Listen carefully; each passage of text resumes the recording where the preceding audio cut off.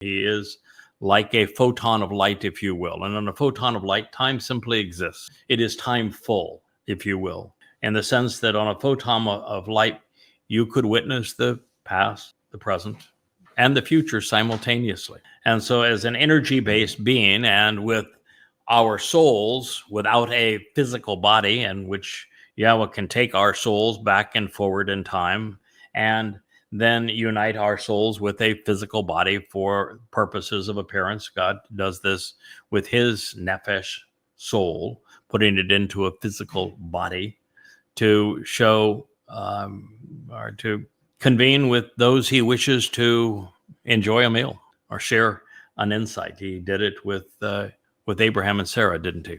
He did it with Adam and Chau in the garden, didn't he? He did it with Shamuel. He did it with Dode, didn't he? God is a seven-dimensional. A seven-dimensional being will not fit into a six-dimensional universe, but a seven-dimensional being can create a six-dimensional universe simply by speaking it into existence.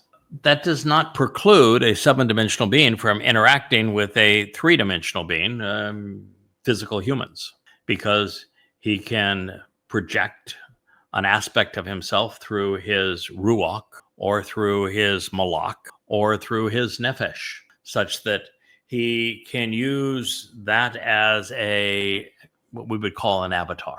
If you've seen that movie where somebody's soul, the essence of their consciousness, is projected into something that can interact in a different way, time, or dimension. And this is what Yahweh is capable of doing for himself, and he's capable of doing for others. And Yahweh has some characters in his story, and he introduces them in and out of the timeline of his story, whether they're Midod and Eldod, or they are, in this case, Yada and Gabriel, and Yada being Makael in this story. He can bring them back and forth in time. He has his characters, and he's sticking with them.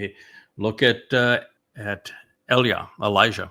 He was here. He provided a exceedingly important role in the sacrifice of the bull at the time that he was condemning the propensity of Israel to be religious and political. And he will be returned here in a matter of 4 years from now, in 2030, 5 years from now. And so God can do these kinds of things because he exists outside of the constraints of time.